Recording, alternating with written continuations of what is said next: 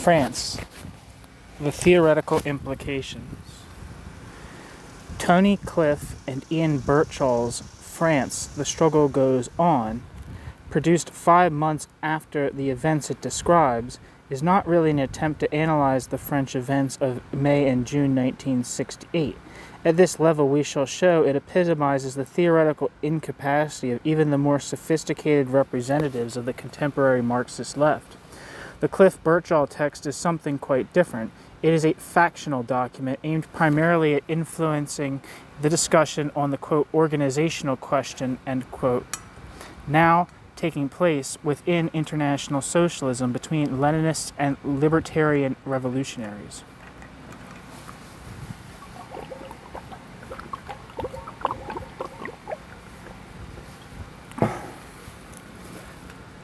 After a major earthquake, everyone longs for a return to order. The French events are no exception. Today, the Préfecture de Police wants order in the streets. The Minister of Education wants order in the universities. The CGT and Communist Party wants order in the factories. And the traditional revolutionaries want order in the realm of ideas. But it is the hallmark of all truly revolutionary events that those events show no more respect for established ideas than revolutionary events do for established institutions. All major social upheavals in history have gone far beyond the anticipations of even the most radical revolutionaries of the previous period. Whether immediately recognized or not, they have raised new issues, thrown up new social forms, and created new problems of theory and practice. The French Revolution of 1968 was no exception. During the Commune of 1871, the Paris workers put forward the demands for a ceiling on wages and for the eligibility and revocability of all officials. These demands had not been and could not have been anticipated in Marx's writings. When the first Soviets appeared in Russia in 1905, their significance was not apparent to Lenin or to the Bolsheviks. They had not been anticipated in any party program. But both Marx and Lenin were to incorporate the autonomous creations of the French and Russian workers into their own theoretical frameworks. It is a symptom of the degeneration of the contemporary left that nothing similar has happened, or been felt necessary in relation to recent events in France. The pamphlet under review is like a piece of Gruyere cheese full of holes. I don't even know if I'm saying that right. Gruye with an accent, R-E with no accent. Cheese full of holes and with a thick and rather moldy rind. It fails to recognize any of the new phenomena, new in themselves or new to traditional theory, witnessed earlier this year in France. It fails to grasp the tremendous implications of the new type of issue, quote, self-management, end quote, around which the struggle was initially fought. The question of nationalization, plugged by revolutionaries for decades, just did not enter anyone's mind. Isn't this worth a comment? Isn't this worthy of comment? Man, that must be really disgusting to hear and irritating to the ears. The traditional organizations confronted with a human flood tide of this size were initially swept aside. The massive influx into them, prophesied by sundry revolutionaries for years, did not materialize. In fact, these hollow shells only retained any residual influence to the extent that people had reservations as to their own capacity to manage things for themselves. This isn't even sensed. Instead, the pamphlet learnedly dissects the minor fluctuations of the CGT and CFDT votes, without stressing that less than 20% of the French workers belonged to a union of any kind, and without seeking to assess the deep significance of that phenomenon, at a time when 10 million workers are prepared to occupy their factories in the biggest general strike in history. The pamphlet does not sense the new specific weight now to be allocated in the revolutionary process to previously marginal layers of society, to new strata of the working class, or even to new age groups. For instance, never before in history has one seen massive and militant political demonstrations of schoolboys aged 15 or 16. Nor does the pamphlet recognize the new dynamic through which the struggle unfurled, a dynamic which is itself a product of the increasing bureaucratization of all social institutions under modern capitalism. In a society where everything is planned and anticipated except that the manipulated should erupt against their manipulation, deliberate and systematic, quote, provocation, end quote, like that indulged in by the March 22nd movement can and did have profound repercussions. The new revolutionaries, those ideas and style of action, whose ideas and style of action aren't even suspected as a new element in the situation, clearly anticipated the bureaucratic responses to their new pinpricks, each of which succeeded in escalating the conflict in the desired direction. In its conclusion, the Cliff Birchall pamphlet goes no further than to echo what Trotsky wrote about the French events of June 1936. Trotsky's views were probably already out of date at that time. In discussing, finally, what is now needed in Britain, the authors come down, yes, wait for it, for a revolutionary party built on the principles of, quote, democratic centralism, end quote. The latter defined straight out of LDB's writings of 1924.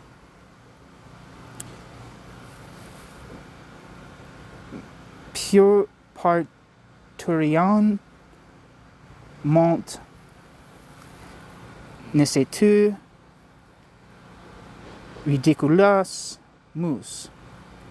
The mountains are in labor, an absurd mouse will be born, end quote. The French events of May and June 1968 have sounded the death knell of Western bureaucratic capitalist society, but they also herald the end of all those, quote, revolutionary, end quote, groups whose basic concepts of, quote, hierarchically structured leadership, end quote, so integrally reflect the society around them that they fail to recognize that the masses themselves have already gone beyond these conceptions. The decomposition of, quote, vanguardist, end quote, politics will be an integral part of the decomposition of the bourgeois bureaucratic authoritarianism in general. When this dog dies, its fleas will die with it. For revolutionaries who want to understand events and not just tail end them or live them as visitations from outer space, the upheaval in France has profound theoretical implications. In this article, we can only formulate some of the more urgent questions which no one seems to be asking, let alone seeking to answer. 1. The most clear and obvious thing about the French events is that, a month before they took place, their imminence and quality was clear and obvious to no one. Why didn't either the French establishment or the French revolutionaries anticipate what was about to happen? Gaullism was about to enter its 10th year. Gaullism basked in complacent self-confidence.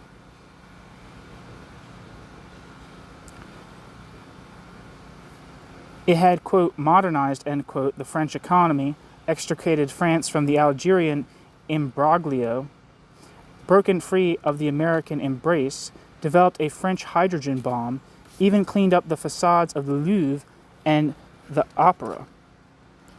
Over this period, the gross national product had been increased at an average of 5% per annum in volume terms, i.e. at constant prices, and real wages by about the same amount. True, over the last 18 months, unemployment had been rising slightly, but by and large, the economic basis of the regime seemed fairly stable. Not even the most percipient of Gaullists could have sensed the social cataclysm that lay immediately ahead. But, footnote, from 240,000 to 280,000 according to official statistics. These may be unreliable for a number of reasons, but even if the figures are increased by 50%, this still represents only some 2% of the labor force. This increase in unemployment, which affects mainly young people, is neither, quote, cyclical nor, quote, technological, but, quote, demographic. It is related to the sudden increase in births in the years which immediately followed the war, 1945 to 1950. The, quote, overcrowding, end quote, in the universities is partly due to the same cause. The authorities should have chosen to ride the, quote, bulge, end quote, rather than to expand production or increase the number of lecture halls is another question. End of footnote. But neither had this been sensed by the revolutionaries. A pursuit of voie ouvrière, revolt, or avant-garde for the early months of 1968 gives no inkling of awareness that France was on the threshold of major convulsion. The content of these papers could have been written at any time during the last 10 or 20 or 30 years. They contain the usual denunciations of the economic policy of the government, the usual, quote, exposures, end quote, of the, quote, betrayals, end quote, of the CGT and of the Communist Party, combined with descriptions of perennially unsuccessful attempts to capture position within these outfits, the usual prognostication as to the likelihood of slump in the more or less distant future, on account of the, quote, unsurmountable economic contradictions of capitalism, end quote, the customary denunciation of the last crime of the Stalinist bureaucracy, and the ritual epilogue, the need to build the revolutionary party of a Leninist type, of which each tendency saw itself as the sole historically predetermined nucleus. There's an old, everyone knows, or not everyone, maybe no one knows, maybe this is just something I read one time and it seemed like everyone would know, but there's an old anarchist joke is that the problem with Leninists is that they all want to be Lenin. And I think that's mainly applied not just to individuals, but to the various Leninist sects, that each one of them sees themselves as the vanguard party, as if there wasn't a bunch of other vanguard parties saying that they were also the vanguard party. So what do you do with these other vanguard parties? What do you do with them if you become successful, or if you're trying to become successful? How do you interact with these parties in a way that's what's the end game of that? Anyway, where am I? Early in 1968, all this was being recited as usual, but without any special sense of urgency. This convergence of outlooks between establishment and established revolutionaries is really most interesting. Its deep roots lie in the fact that both used the same kind of yardstick. They looked at production, consumption, wages, and employment.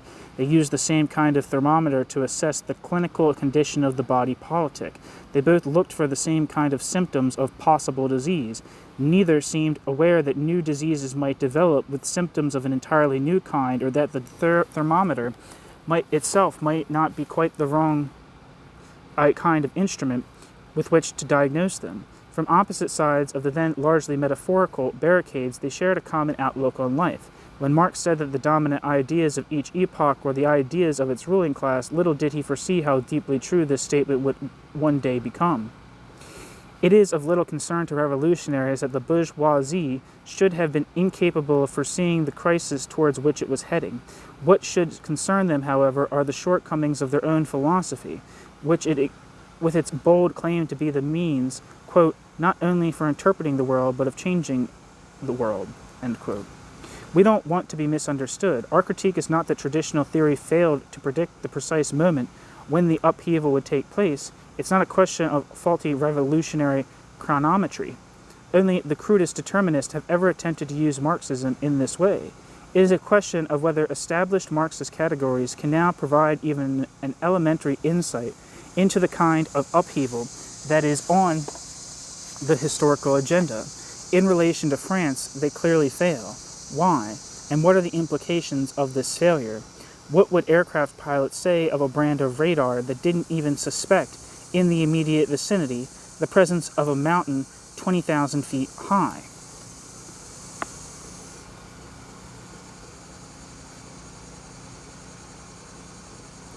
Two, the second lot of questions flow automatically from the first.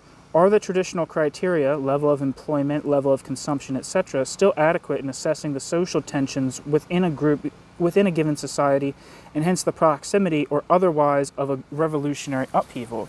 Or do they need to be replaced or amplified by other criteria, more difficult to quantify, sense of alienation, sense of dissatisfaction with the nature of work, or the quality of life, rejection of established values, gap between expectations and reality, desire to break out of the proletarian condition, whatever the level of wages, etc.? The main danger here is to avoid a lapse into mysticism, but even Marxists must admit that, quote, man does not live by bread alone, end quote.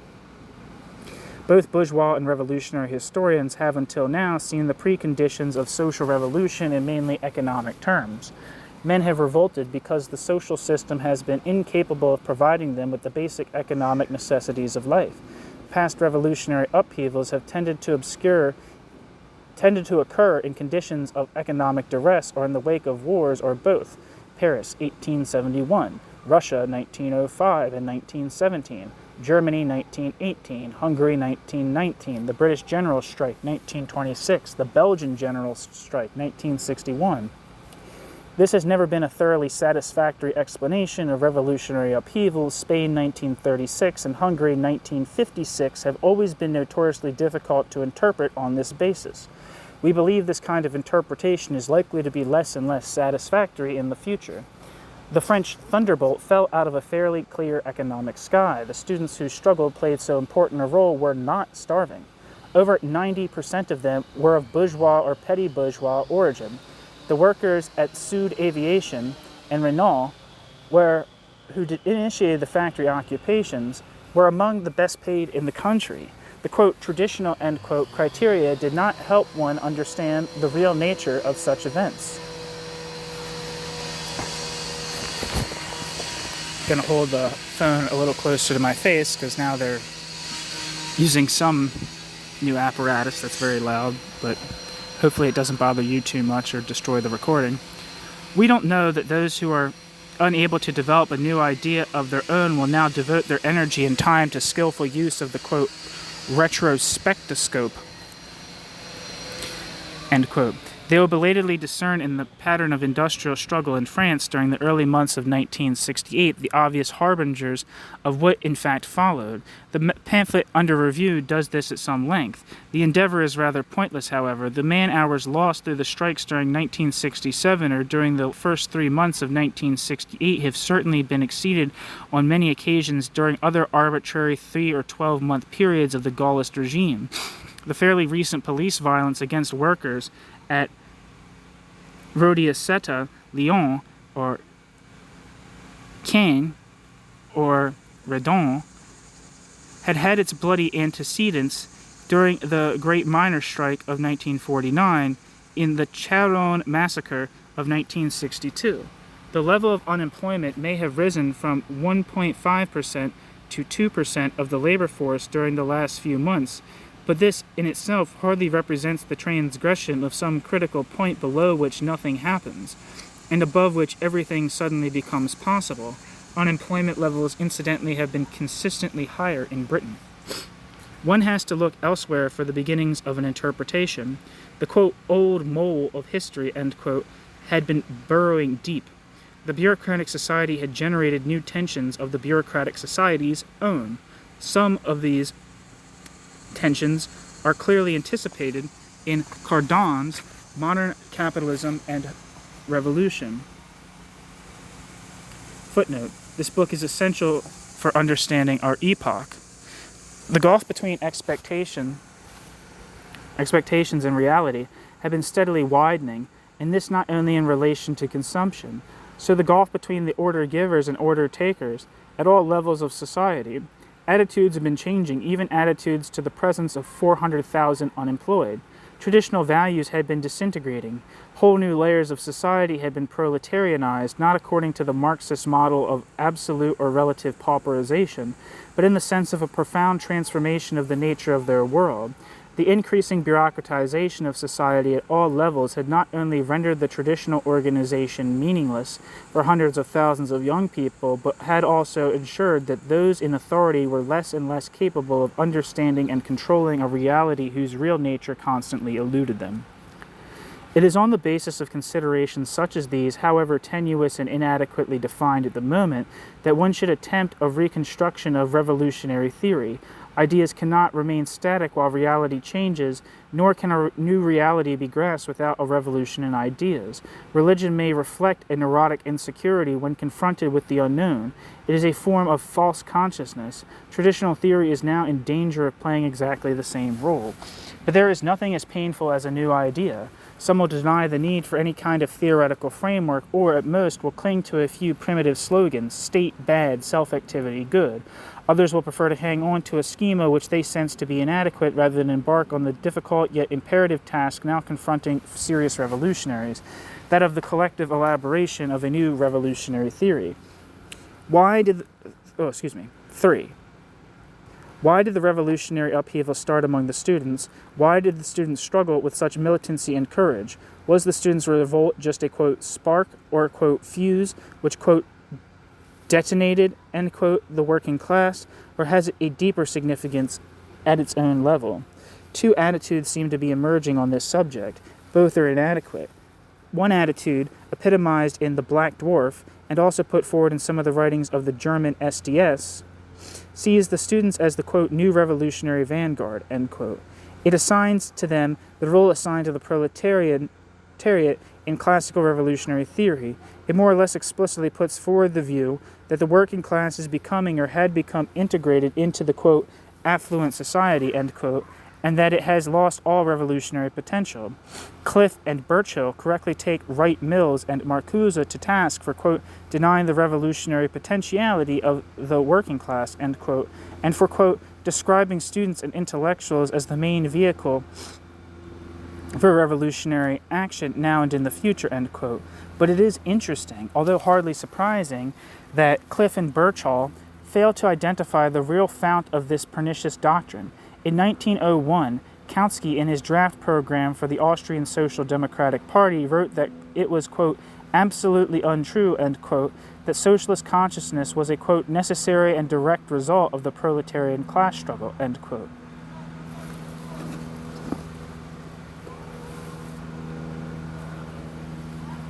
Quote, modern socialist consciousness could arise only on the basis of profound scientific knowledge, end quote. Quote, the vehicle of science was not the proletariat but the bourgeois intelligentsia, end quote. Quote, socialist consciousness is something introduced into the proletarian struggle from without, end quote. Kautsky in Neue Zeit. Lenin, in his What is to be Done, endorsed Kautsky's view on this matter, describing them as a, quote, profoundly true and important utterance, end quote. The ideological premise for this conclusion was Lenin's belief that, quote, the working class, by the working class's own effort, is able only to develop trade union consciousness, end quote. It requires no great effort to understand all the substitutionist practices that must inevitably flow and have inevitably flowed from such a conception, in their absolute rejection of the notion that the working class, through the working class's own experiences in modern industrial society, can, does, and must autonomously accede to a socialist consciousness. Marcuse and Lenin have more in common than the followers of either would like to believe. The fallacy of this first attitude should be obvious. If the working class cannot come to understand socialism and want socialism, there can be no socialist perspective. There can only be the replacement of one ruling elite by another ruling elite. However, quote, enlightened and, quote, revolutionary the new elite may be, it will sooner or later come to express its own interests rather than those of the working class. The second attitude to students shared by most, quote, orthodox and, quote, Marxists is less naive, but just as short-sighted. It correctly sees the students as a minority in modern industrial society, the need for the minority to move if anything fundamental is to happen, and the fact that the need for the majority to move if anything fundamental is to happen, and the fact that this majority in advanced industrial countries is the working class. Its inadequacy is that it cannot transcend the conception of student action as just a, quote, catalyst, end quote, quote, fuse, end quote, or, quote, spark, end quote, capable of igniting the powder kegs of industrial discontent but devoid of any deeper significance at the student revolt's own level. This is to underestimate the increasing importance and increasing vulnerability today of both the university and of education generally. Both help maintain the social cohesion of class society, reinforcing patriarchal authority. Both help perpetuate at the ideological level the prevailing relations of hierarchy and domination. In the long run, both prove more effective mechanisms for helping the slaves accept their slavery than either police or prison. In the realm of ideas, they provide the basic mechanism for replication of bourgeois bureaucratic society, of bourgeois bureaucratic society's values and assumptions, generation after generation. But the lycées, or the lycée, I don't know how you say it, French high schools and universities of France are now full of students with heads full of, quote, subversive, end quote, thoughts. The night-long discussions of last May in occupied schools and factories among young people will leave indelible marks.